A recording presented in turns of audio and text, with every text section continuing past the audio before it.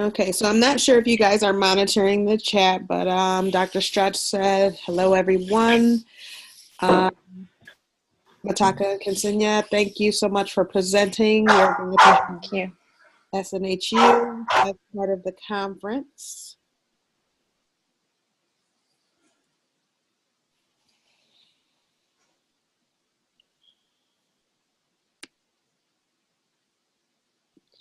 All right, so we are recording, so feel free to begin when you guys are ready. Okay, wonderful. Hello, I am Dr. Metoka Welch from Southern New Hampshire University, and I'm co-presenting with... Hi, I'm Ksenia Kogan. I'm a graduate student of Southern New Hampshire University in their master degree program of clinical mental health counseling. And this is an honor for me to take part in this conference. And I'm thankful very much to Dr. Welch that she gave me this opportunity to take part in this conference. Yes, and so I'm one of the associate deans in the program, and Ksenia is one of our very, very talented students. And so we're very much looking forward to talking with you all today about shame release, and how we can achieve very powerful narratives in the classroom, in counseling sessions, and even within the community. And this is just our headshots, introducing you to ourselves once again. So the objectives of this presentation, we hope to talk about shame and shame release. We also wish to discuss the intersectionality of culture, of stigma, of sexuality and shame, and then finally present strategies that evoke narratives that promote shame release in multiple settings. So those are our overall goals of the presentation and what we hope that you take away from our talk today. And before we really get started, Ksenia and I thought it would be pretty fun and cool to get an idea from you how you think of the word shame. And so if you'll participate in our poll everywhere, using just one word, when you hear the word shame, what comes to mind for you? And so we hope to get a word cloud so that we can see sort of how you all are conceptualizing or thinking about shame and when you hear the word shame.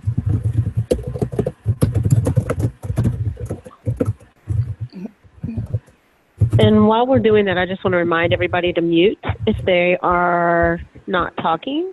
Please mute your phones or your video. Thank you. And I have to apologize because I feel like some of the loudness might even be coming from me. So when I'm not speaking, I will mute myself. But thank you, Keisha. It's fine. It's actually not. It's not you. We got to find a couple of others, but that's the way it goes. You know that. And I see, Tanisha, you've written something in the chat, and I very much appreciate that. If you could also put that in the poll everywhere slide that we have up. And so, because we're interested in generating a word cloud and just really seeing how you all are conceptualizing or thinking about the word shame. Thank you, Ruth, also.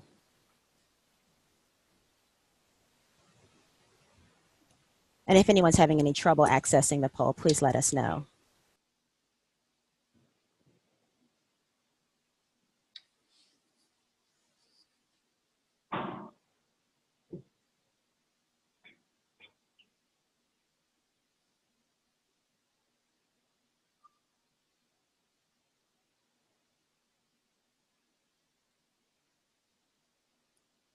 All right, so fear, childhood. I think someone was writing embarrassment or embarrassed. Thank you all. Sadness. And so many of you probably have experiences with word clouds, but the more one particular word is repeated, the larger it appears in the word cloud. And so I think that we do see a theme of sadness, also fear. Judgment is also included in there. Very powerful words when we hear the word shame that are evoked. Ksenia, what are some of your observations of these words? I want to say that what comes to my mind when I think about shame, that it's a fear and it's absolute silence for me, because this is something you don't have to talk about. So it also something that you hide. Yes. So hidden. That would be the word that I would use also. Thank you all for participating in our poll everywhere. More words are coming in. Oh, powerless. What a powerful word, right? So yeah, very strong words that evoke very strong emotion. And we're going to spend some time unpacking shame and what it means across multiple settings. So I would like to talk about shame. What does that mean? And can it be really measured? Is it something that really exists or that was created by the society? And if we look back in the history, so we know that the tribes used the shame to protect their members and also to control them. So the tribes could only survive if they were together, but those who crossed the lines and who crossed the rules they were rejected, they were excluded from the tribe. So the tribe stopped protecting those members, punishing them through rejection, betrayal, and shame. And if we look back to the Puritan culture, widely used that shame to regulate social behavior of the members. And one of the most famous Puritan punishments were letters that people who crossed the lines and didn't obey the rules were wearing, like letter A for adultery, or letter B for blasphemy, or letter D for drunkenness. And people who wore those letters, they show that example to the other people to be frightened of crossing that line, how they can be ashamed. As I'm from the Russian culture, I'm Russian, I would like to bring it also to the table and discuss how it was in Russian culture. In Russian villages, the girls were punished by with shame by losing their virginity, for example, by drawing the gate of their housing with the tar, or cutting their braids, or raising the bottoms of their dresses. And nowadays, there also exist social norms that need to be acknowledged and followed. Otherwise, the person will be excluded, ostracized, or ignored by the society. And it deprives the individual of that feeling of connection and belonging. So shame plays an essential role in the modern society as it regulates their behavior and people's interactions. It is a very strong emotion that is activated all the time when somebody crosses that line of the social norms. And can we go to the next slide, please? Yes, thank you. What I would like to say about the word shame, it is defined in the dictionary as a very painful feeling arising from the consciousness of something dishonorable, improper, and ridiculous. So the word shame came into English language from the Old Norse language, and it was literally translated as cheek redness. So it explained the chemical process that happens in our body, like the blush, when the blood rushed to your face. And this process is a shame attack. And the etiology of this word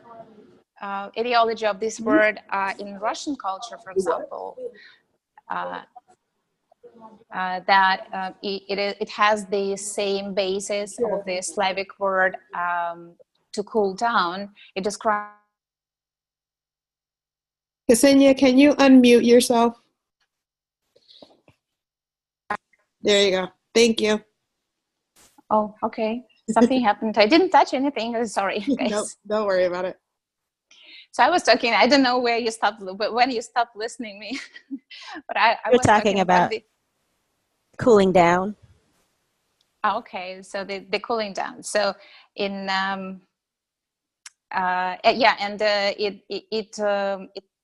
it tells about that feelings of stiffness and numbness in the body that someone is experiencing when he is ashamed. And for example, in Indo-European culture, this basis of the word shame is going from the word hiding, covering up, concealing. So despite different cultural origin of this word, it reflects the unpleasant feelings that the person is experiencing. So everybody knows that unpleasant feeling when you want to, when you legs adhere to the ground, or when you feel like your blood turns cold in your body, or you just want to be really small and disappear so that nobody can see your humiliation, embarrassment, or abashment. So how shame appears.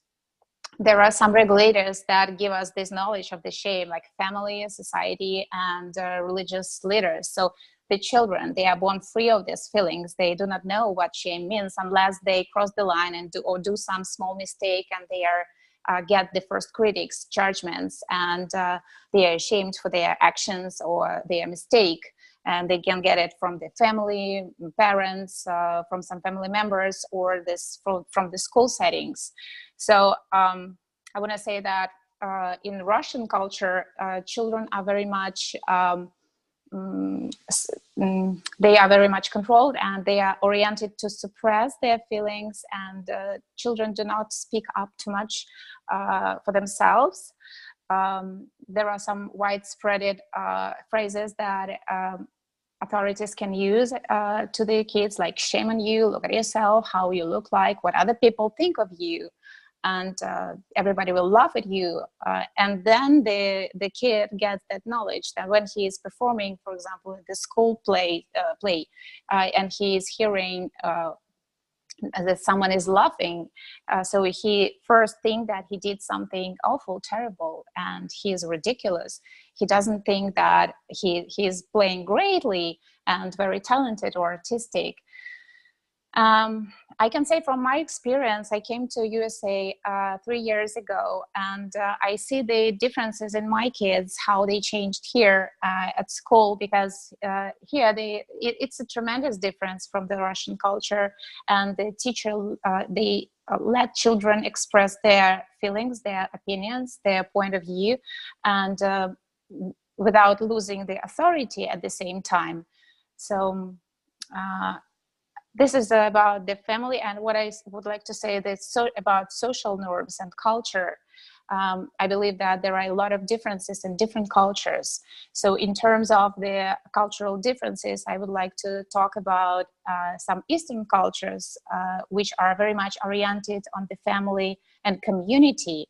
And an American anthropologist, Ruth Benedict, she did a huge research of the Japanese culture, for example, and she calls this as a culture of shame.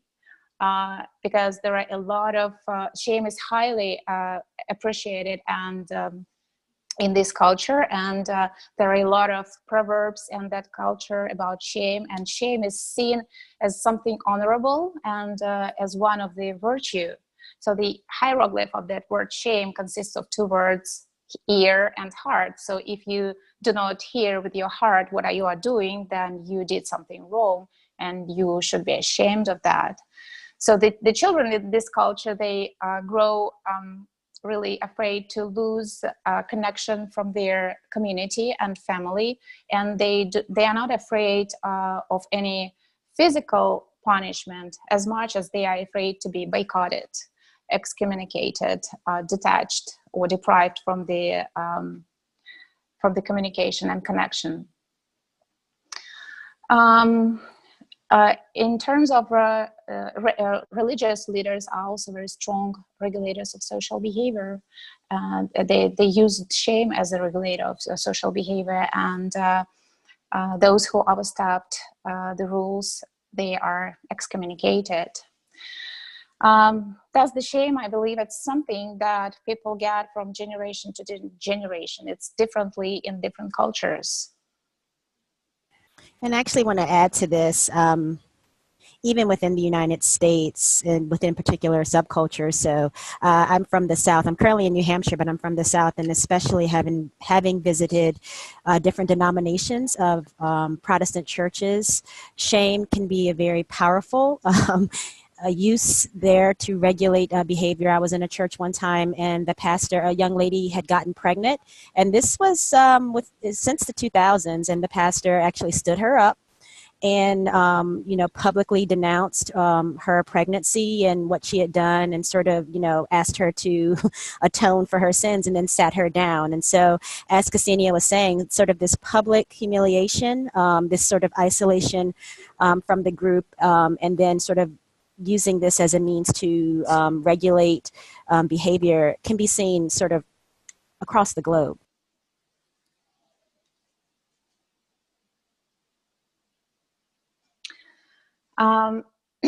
I want to say about the guilt and shame. It seems the first time that these are they have similar, very much similar, but it's different because guilt is something, the awareness that you have done something wrong.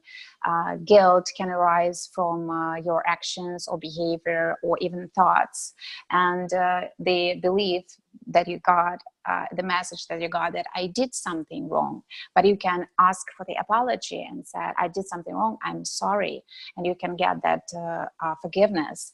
But what in terms of shame, this is awareness that I am wrong, I am bad, I am mistake, and this feeling of shame gives the individual the perception that I'm not good enough, I'm not worthy, I am bad.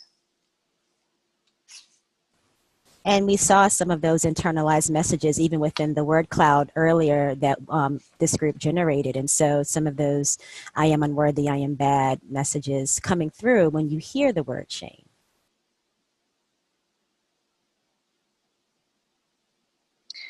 So here I would like to talk about some cultural differences of shame.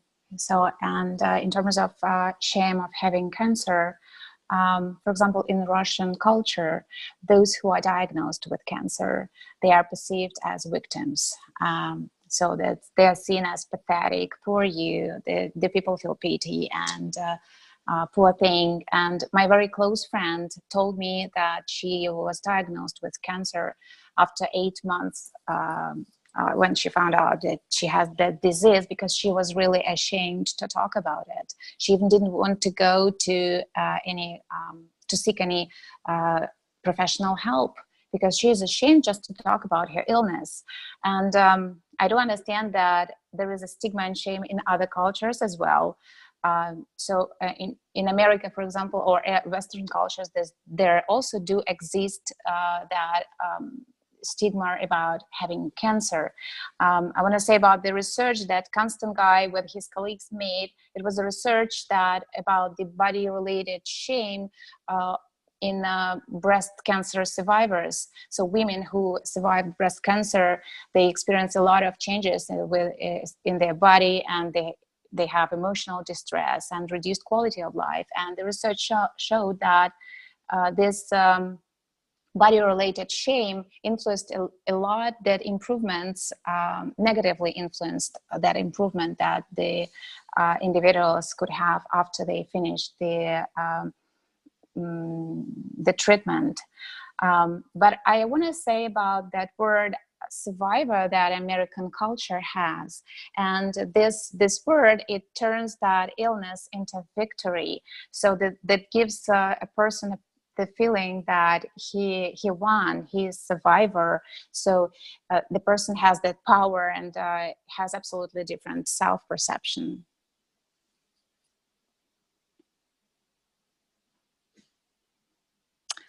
I would like to say something about, a few words about shame of being divorced. Is also in perception of, from perspective of Russian culture. There is a stigma and shame about being divorced in Russian culture because women are, especially if you're a woman with kids, they are seen as abandoned, needless, and lonely. Just today, I want to share my experience. I've been in an abusive relationship for a long time. So when I divorced, my parents, they do not like to talk about it. And they wanted to hide from everybody that I got divorced. And just 1 hour before the conference, I got the phone call from my mother today. She was crying on the phone why I told some of my friends that I am divorced. So she's really so frightened. She's so ashamed that can anybody in this society from her surroundings find out about that, because this is a real stigma about being divorced. But when I came here to USA, and told my story, I've heard another opinion, that I am strong, I am capable, that I found some inner strengths to get out of that relationship, and I am powerful and brave. So this is a difference of, for example, shame of being divorced that exists in different cultures.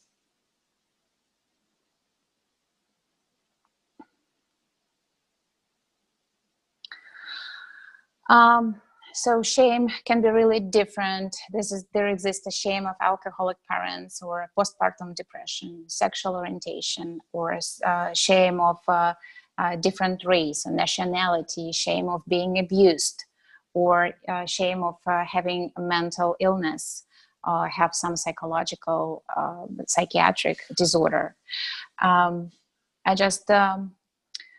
The power of shame, it prevents individual to be connected and to talk about it, to participate in discussions about something shameful. So the mechanism of shame shut down individuals' feelings. That people who are ashamed or experience any stigma, they try to protect themselves and try to self-isolate to avoid communication. They disconnect from their community and from their loved ones, because they want to avoid that feelings and that knowledge they are do something wrong, they are bad, they are wrong. And this disconnection and detachment, it leads to the numbness of the feelings, to emotional shutdown and unresponsiveness, and trying to avoid negative feelings that individual experience due to the shame and stigma. They simultaneously turn out the positive emotions that they experience, because individual, they cannot partially feel something. If you don't want to feel the pain, the suffering, then, and you try to dissociate from these feelings, then you turn out of all positive feelings. I want to say some words about the alcoholic, the shame of alcoholic parents, because one of my friend called me the other day and told that she was going to tell me something really important and serious, and she asked me several times if I'm ready to hear the truth.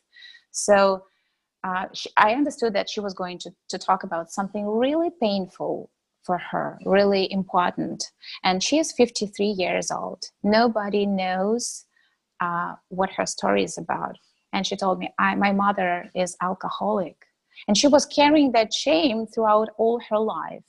So she got partially disconnected from her husband because he doesn't know. They've been married for 32 years, and he doesn't know about that story. So because she's afraid, she's ashamed that he will not accept her because her mother is alcoholic. And the influences, the results and consequences of that shame that she's been carrying, she has a long-standing migraines, and she has a lot of psychosomatic disturbances.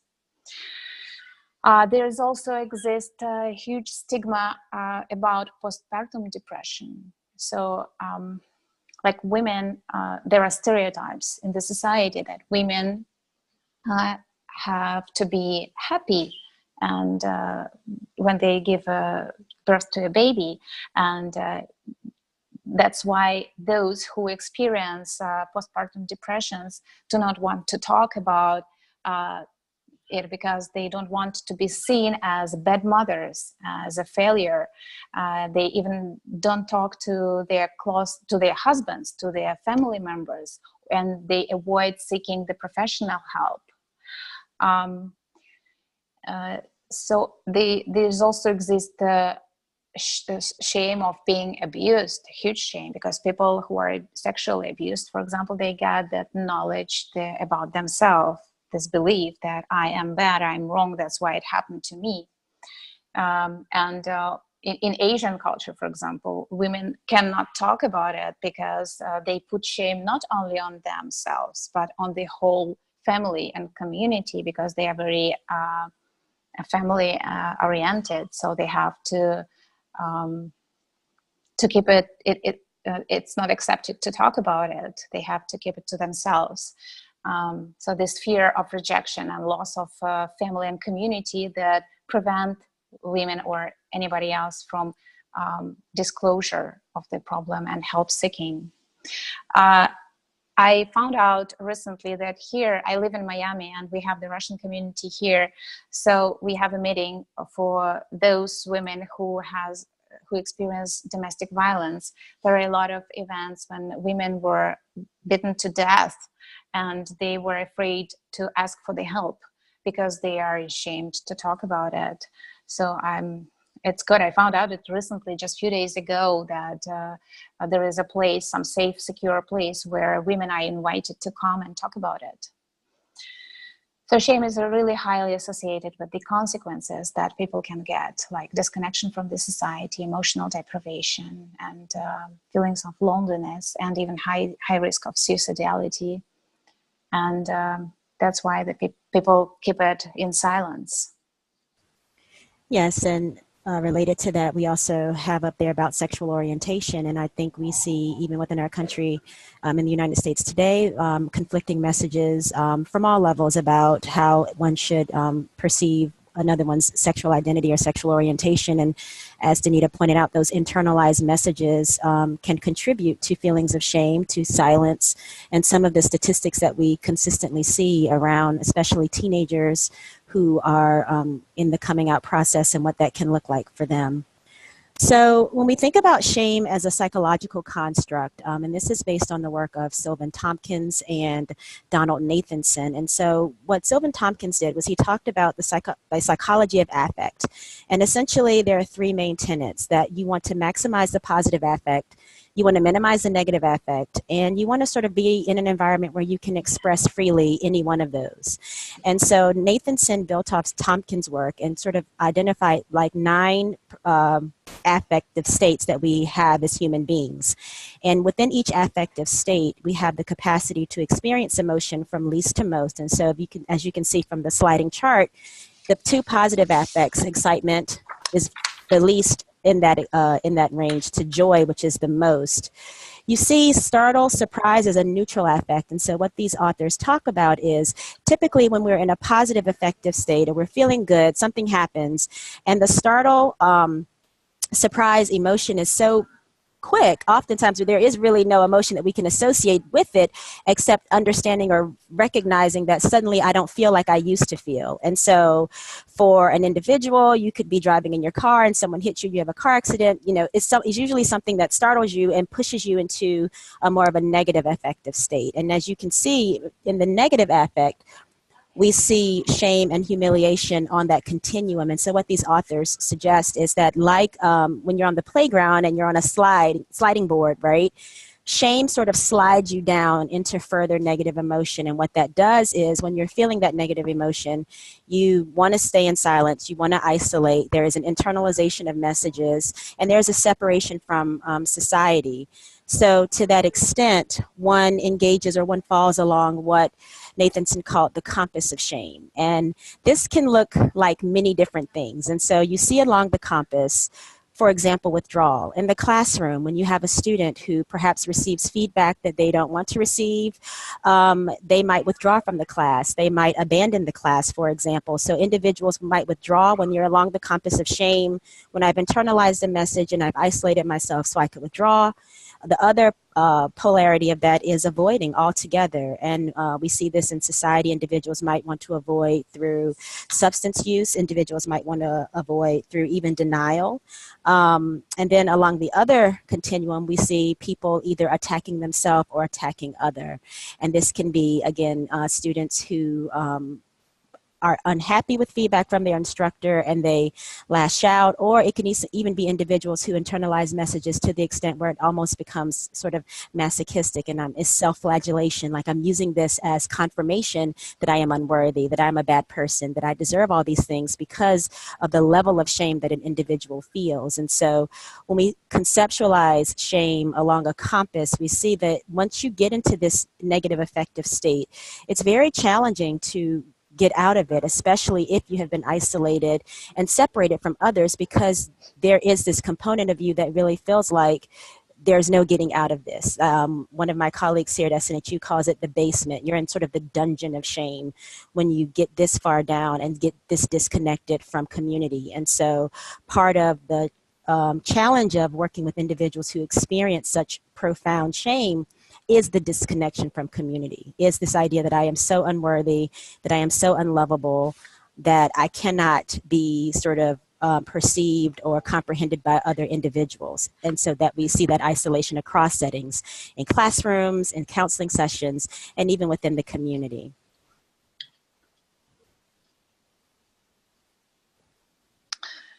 I just wanted to, I see that we had something in the chart, and Denita Hudson asked, isn't it the difference between shame and guilt, that shame involves feeling that there is something wrong with me versus that I did something wrong? Yeah, it's really that we talk about it, that guilt is about the actions, that I did something wrong, and shame is about I am something wrong. Yeah, that's right.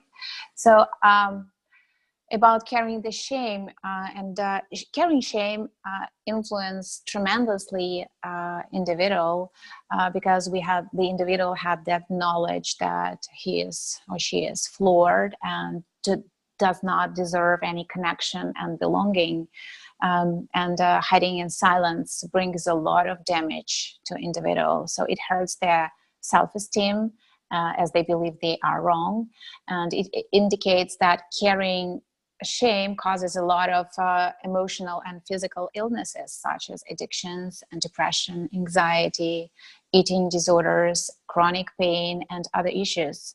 That low level of self-esteem makes people correspond to other people's expectations and require need for the approval. So it negatively influences body acceptance and people's independence.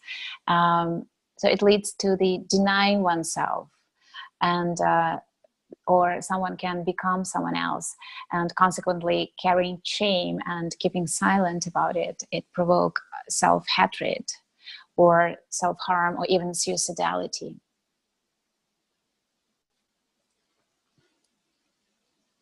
So clinically, what we see, what this looks like, and we, as we tell our students, as we as clinicians see, we see it in the body language. You know, you have the client with the downcast eyes or an inability to maintain eye contact, which in Western culture, we do associate that with being, you know, sort of assertive or able to sort of articulate and communicate well. And so when you have a client who has closed off body language, that can be both self-protective and a way of isolating and keeping oneself apart.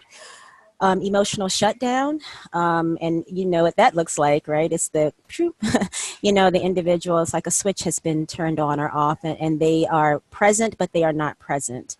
And then finally, we can see this, and we talked about this along the compass of shame in terms of, you know, withdrawal, early termination. Clients just might stop showing up at session. And so I have two clinical stories I'll share. And Ksenia brought up, you know, in Miami, the Russian community of survivors of domestic violence down there when I was working with my client. And she is in a domestic violence relationship, very educated woman, very well-to-do. And there was such a level of shame that she even brought into the counseling sessions because of her experiences. And it took several sessions for her to even be able to look up and talk with me and engage with me as a woman to woman, because she felt so ashamed. And it was even, it was exacerbated by the fact that we were both African Americans and that she and I both had advanced degrees. And so I think that she even feared that I would judge her negatively because of her experiences. And so as Ksenia was saying, it's this, you know, it's this fear of judgment, it's this isolation, it's, you know, and I talked about an inability to really connect with community because you feel so isolated.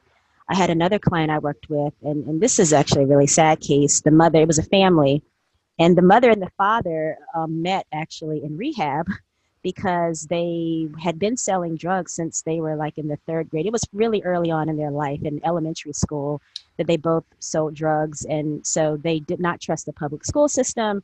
They did a very good job, they thought, of raising their children in the house. So they homeschooled all their children to protect their children, only to have a family member sexually assault one of their kids. And so the mother internalized that so greatly. And I mean, I'm sure we all are aware that's very challenging work to begin with, but that message of shame, that, you know, this is my fault, I am not enough, I am unworthy, etc. And she carried that through a lot of her life because of the actions of, you know, this heinous individual within the family. But again, it's this internalization, it's this isolation, it's the belief that I am wrong. So when we think about shame and how profound it can be, how crippling it can be, what can mitigate or what can overcome shame is the power of shame release. And I will let Ksenia talk with us about that. Yeah, shame release is a very powerful therapeutic tool because it requires the establishment of trustful relationship with the counselor or the therapist if it in the clinical settings. It requires the courage, but shame release, it's really helped to identify that maladaptive patterns, that or mistaken beliefs that someone has about himself or herself, and it finally allows that self-acceptance to happen. So one individual let oneself be who he is or who she is, and a deliberate space for self-forgiveness, self-acceptance, and self-love. And what is really important for that shame release process in terms of clinical settings is that affirming environment that needs to be present. So people who experience shame, as Dr. Welch said now, that they disconnect, they isolate themselves and detach from the community, from their families, and they have that feeling of loneliness, despair, and unworthiness. And the counselor in the clinical settings, the counselor is that opportunity for that person to build that bridge back to the society, to the community, to this opportunity to go back to that world and to oneself. So the counselor need to establish, before that shame release process can start, the counselor need to establish trustful relationship with the client to address the experience of shame and the other interrelated feelings of guilt, self-blame, fear of rejection, and public stigma. So the counselor is that therapeutic tool that help the client to feel connected again. And before the client feels free to talk, the counselor needs to earn that trust. And the counselor can hold that space for the client and be present for him or her. And when the counselor recognizes that behind any silence there is a pain and suffering, it accepts the place for and space for some story to be told. I think that we can go to the next slide just to discuss that process of shame release. What is really important, what I mentioned, is this connecting with the therapist. And when the connection occurred and the client feels really safe and secure to start talking about his shame. So when he starts talking, it diminishes the shame and release it. There are some different centers that are oriented on shame release processes. There are programs for managing shame, and there exist therapists that healing shame. And there are also some personal transformation intensive programs, PTI, that has a shame release process and as one of the part of their program. And widely used techniques of all above mentioned centers is that individuals are asked to tell something that they do not want other people to know about them. And it helps that shame release to happen. And when a client tells about that shame, the client allows oneself to be who he or she is. It requires a lot of courage for the client to open up and start telling his story. And the other very important part of the shame release process is vulnerability. It is very important not to be afraid to be vulnerable and to be connected to the suppressed emotions and let them go out. And as Brené Brown, this is a professor researcher who has spent about 15 years she made a research about shame, and she told that vulnerability is the courage and is a great emotional risk for the client to take to feel free and release from the shame. And it's not easy to become the vulnerable because there exist some stereotypes in the society, for example, that men should not cry because they have to be strong, and they are not allowed to show their emotions as the women do, for example. And another reasons for the client to avoid vulnerability is a fear to experience that emotional pain and suffering. And nevertheless, ShameRelease is not able without that openness and vulnerability. This connection to the negative feelings, it leads to the final connection with the positive feelings and the connection with oneself. The counselor can help also the client understand his or one's soul destination, because the universe created situations by some reasons, and that experience that one has is can be explained by it, and the counselor can teach the client about this higher self, that everybody has that higher self, and that connection allows the individual to accept oneself, and this acknowledgement leads to this self acceptance, self compassion, and self love. So when the silence is finally broken, it can help build the bridge and build that connection back to the society, and come back to the self, and get that knowledge about I am love, I am enough, and to get that new knowledge about oneself, that I am good enough. So rewriting those narratives and creating the space for those narratives to occur obviously takes time. It's not something that happens overnight.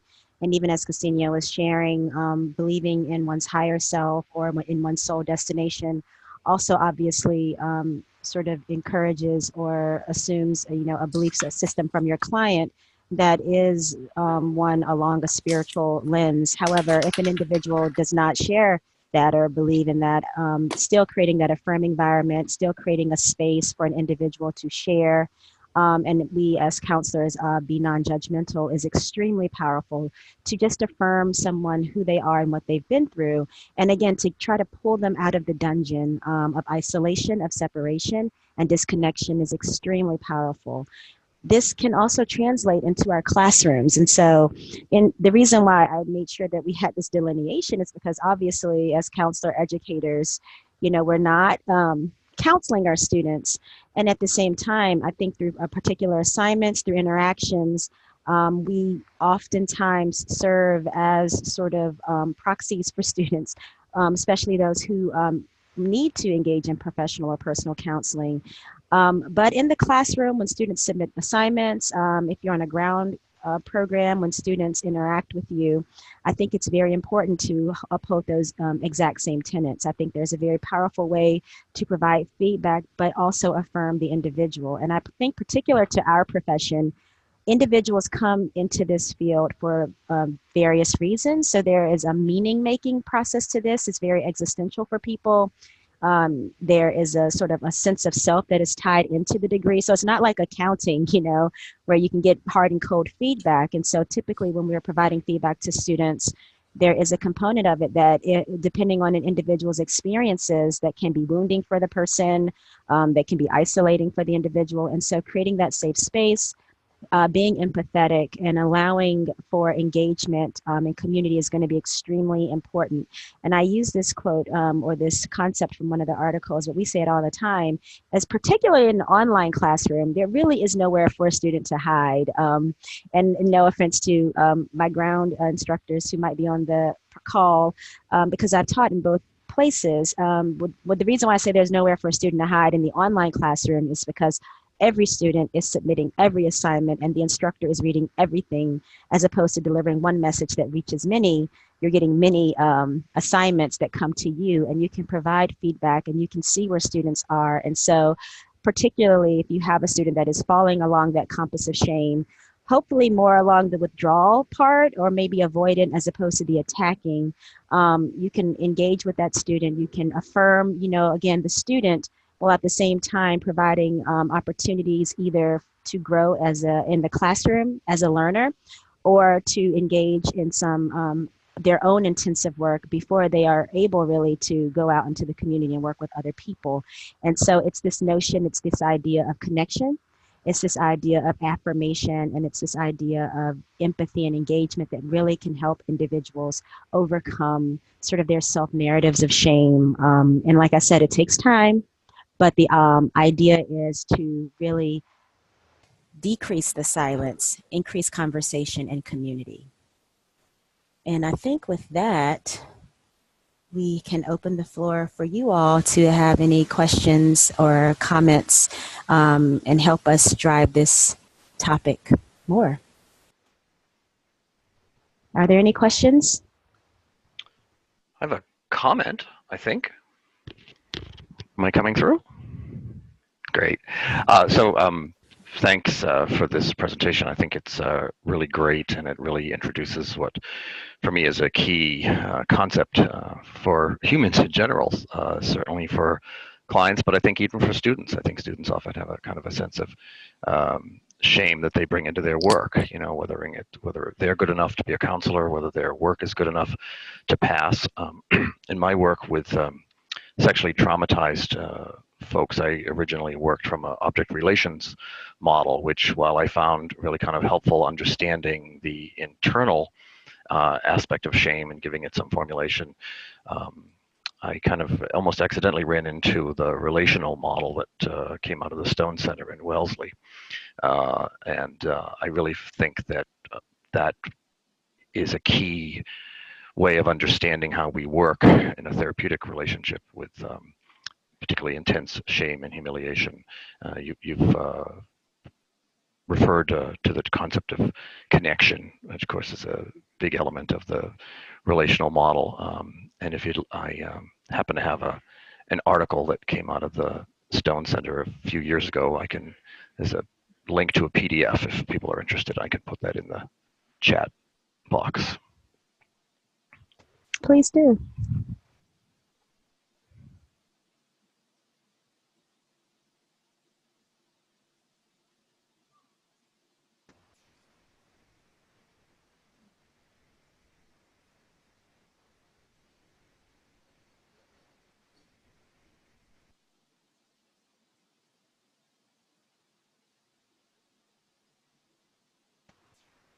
So if I'm reading this question correctly in the chat, you're asking how you'll deal with shame from an individual who was neglected or abused as a child? Okay. Yes, as we talked about, that is a process that takes time. It's not going to happen overnight. But again, those similar conditions apply, creating that safe space for the individual. Ksenia was talking about PTI, a particular form of intervention to help individuals with shame release.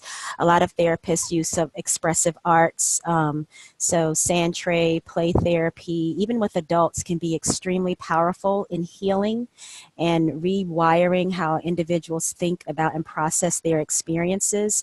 But the basic conditions that we learn, as master students, creating that rapport is extremely important, and making sure that the client feels safe and vulnerable in that space is important. So once we lay that groundwork, then allowing the narrative to flow in a safe and contained way.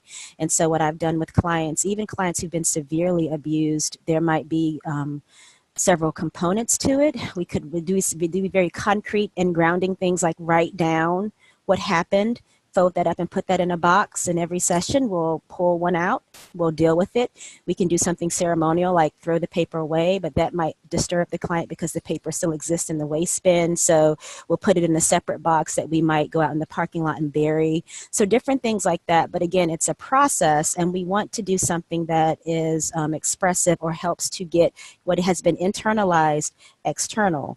but within the scope of your competence, obviously not engaging in any sort of interventions that could, cause severe abreaction or cause the client to decompose in any way. But it takes time for sure. And many of these same people are students. A lot of people come into counseling professions for reasons. Many feel like they have a calling or they've had personal experiences with trauma, abuse, or neglect, and they want to help others. And so again, even in the classroom, a lesson, a video, or something can trigger something in a student. And as I said earlier, oftentimes as the instructor or the counselor educator, we're the first person to see sort of this response or this triggered reaction to something in the classroom. And again, at least creating the opportunity for the student to discuss this with us, and also strongly encouraging that personal work that will involve some kind of way for the individual to further process their experiences will be helpful.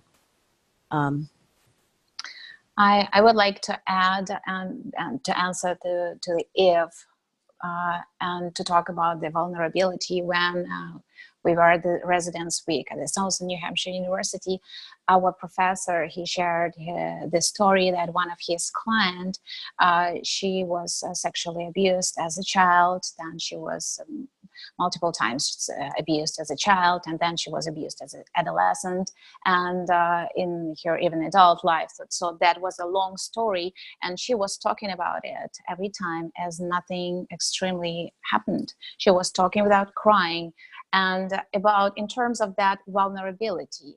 And then he started crying, listening to her, and she asked, "Why are you crying? This is not about you." And he told her, if you cannot cry, then someone else has to cry for you. And it helps her to release her emotions. And she finally started to cry after long years of carrying that shame and pain inside of her. So I believe that vulnerability is extremely important. And if the therapist can be vulnerable with the client and let the client know that it is okay to feel that pain, to feel that suffering, it helps the client to release that shame and to make the first step to tell the story and to get that new knowledge and to find the new self. Thank you, Ksenia. We have about 7 minutes or so. Are there any more questions?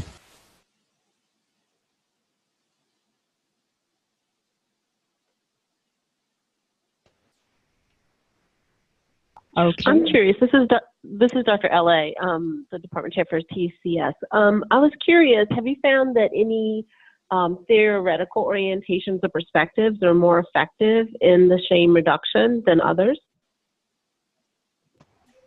I certainly think more person-centered approaches, and again, a lot of sort of the expressive arts lend themselves more to this.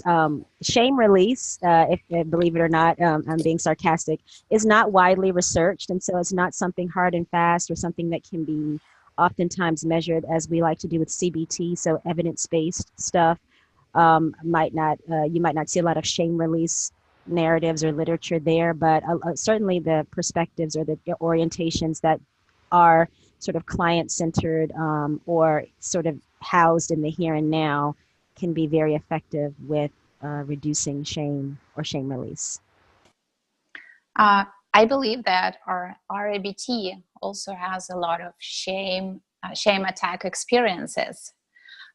They have a list of something that you can do on purpose to release that shame and embarrassment. For example, if you have that shame or embarrassment to talk in front of the public, then you have to do it on purpose several times just to feel that there is no danger for yourself, just to feel that. But I believe that there is some shame, very deep shame connected with the pain and suffering that cannot be maybe helped with that shame attack experiences. This is Mark. I might chime in too to say that, as Kenesha, you were referring to about one of your instructors, shame is created in a relationship, right? As you said, children aren't born with a sense of shame. They learn it in a relationship. And I think that only a relationship can heal it. And so not only are there effective therapy techniques, but we know that there are incredibly ineffective, maybe even re-traumatizing therapy techniques. I think, sort of the classic analytic or neo-analytic approaches where the therapist is expected to maintain therapeutic neutrality and not have any feelings and heaven forbid express any feelings, I think are particularly unhelpful in shame work. And to get to your question, Eve, I'll actually share a personal example of my own therapeutic experiences that actually recently happened. And so I was talking with my therapist about how I felt like I had failed a person. And so that's guilt, right? That's guilty feelings within me that I failed this person. And it was through some Gestalt chair work and also through some expressive arts that we recognized that the guilt that I thought that I was feeling was actually very much linked to some internalized messages and shame-based feelings that I had. And so again, guilt is more of that external. There is sort of an audience almost. There's some guilt is to something or for something as opposed to within me, which is shameful. And so if I feel guilty about something, oftentimes that can be processed, or you might be able to write a letter or do some double chair work to sort of get to or identify what that guilt is about. Does it answer your question? Okay. Yes, guilt can very much trigger shame.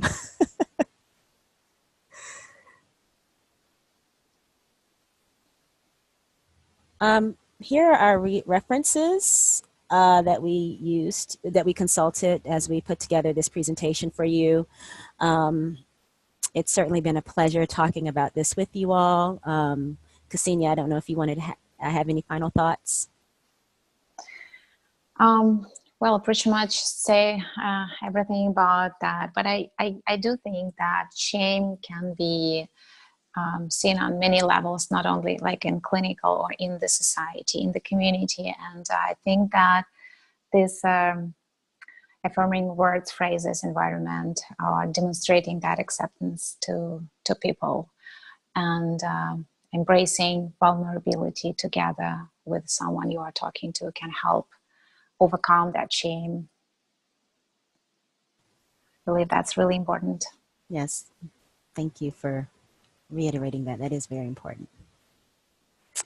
And we thank you all for attending our session today. Thank you very much. Thank you.